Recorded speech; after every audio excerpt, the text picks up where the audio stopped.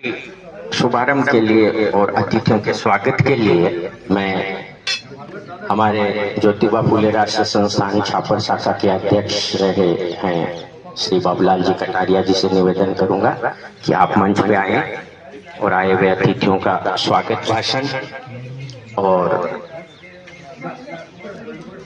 इस सावित्रीबाई जयंती के पावन पर्व पर 2 शब्द उद्गार स्वरूप हम आपका सुनना चाहेंगे।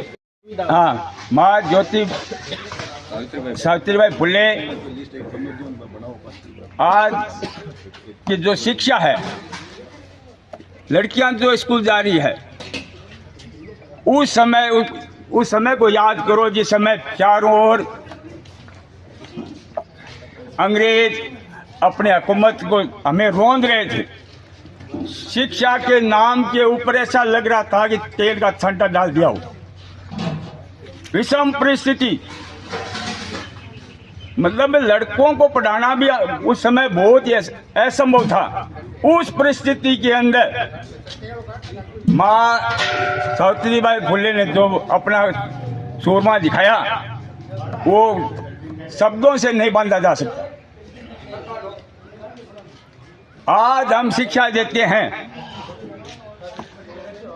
किसी न किसी लालच में रहते हैं। माँ को किसी भी प्रकार का लालच नहीं था। उसके दिल और दिमाग में एक ही आग जगी हुई थी कि शिक्षा बच्चियों के पास भी पहुंचे। जब उसकी ये भावना जागी, जब उसने ये निर्णय लिया, जिस रास्ते पर वो जा रही थी,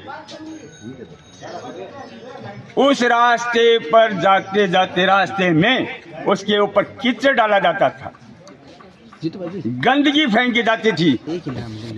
अपने गंतव्य स्थान तक पहुंचते पहुंचते उसके कपड़े इतने गंदे हो जाते थे कि उसके कपड़ों को, जैसे लेडीज जो है अपनी धोती उतारती है ना, हाथ गंदे हो जाते थे। लेकिन एक थैले के अंदर वो आपकी दूसरी धोती रखती थी, जो ही अपने गंतव्य स्थान पर आई और उस धोती को अपने रख लेती थी और वो जो गंदी हो गई उसको एक तरफ रख देती थी। विषम परिस्थिति के अंदर महात्मा फुले ने भी अपनी पत्नी का पूर्ण सहयोग किया और सहयोग करते करते उन्होंने उन्हें पढ़ाया। एकदम अनपढ़ थी वो शुरू के अंदर, 9 वर्ष की आयु के अंदर उसकी शादी हो गई थी सावित्रीबाई फुले की। उस समय वह पढ़ी हुई नहीं थी, बिल्कुल ही पढ़ी हुई नहीं थी। ज्योतिबा फुले ने उसको पढ़ाया, पढ़ा करके उस योग्य बनाया और वो लड़कियों को पढ़ाना शुरू किया। अलग पाइयो 9 वर्ष की आयु आज क्या होती है। बाल विवाह उस समय होते थे। उस समय उस 9 वर्ष की बच्ची अपने ससुराल में गई। ससुराल में जाकर के जो ही वो पति पत्नी एक साथ रहने लगे, जब उनकी भावना ये जगी कि मैं पढ़ाई के अंदर शिक्षा दूंगा बच्चियों को, तो उसके सास ससुर ने उस कपल को निकाल दिया। किस कारण से? कि तुम शिक्षा दे रही हो। शिक्षा यहाँ नहीं दी जाती। शिक्षा के नाम से मैंने आपको पहले बताया था तेल के छंटे लगते थे, पढ़ाई नाम नहीं था। उस विषम परिस्थिति के अंदर उस कपल को, मतलब उस जोड़े को घर से बाहर निकाल दिया। आप उस परिस्थिति को याद करो जहां चारों ओर से उनको धत्कारा जा रहा था, उनके ऊपर कीचड़ डाले जा रहे थे। उस कपल को किस परिस्थिति से गुजरना पड़ा होगा, लेकिन फिर भी एक ही धाक रखी कि मैं ये काम करके रखूंगा,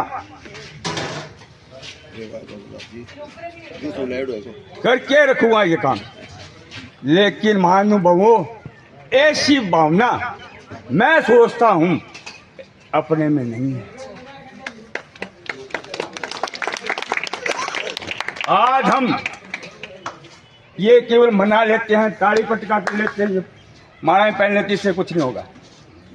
कुछ न कुछ आज माँ के सामने कह के जाओ, मैं ये तो करके ही रहूंगा समाज के लिए, ये काम तो मैं समाज के लिए करूंगा ही।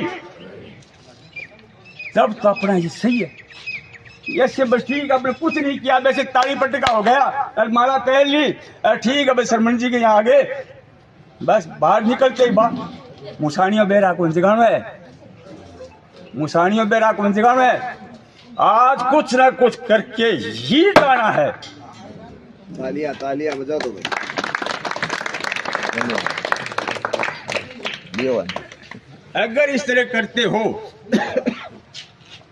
जब तो ठीक है, लेकिन एक छोटी सी मेरी सलीका है, साचली मत सरका दे दिल कहाँ पर जागो, साचली मत सरका दे दिल कहाँ पर जागो, कीड़ी तो काल जो मुंडा का जागो, आप इतना जना को है यारा चले जागो कदे, साचली मत सरका दे दिल कहाँ पर जागो। असलियत जब सामने आती है ना, उस समय पेट धुरने लग जाते हैं, मुंह से आवाज नहीं निकलती,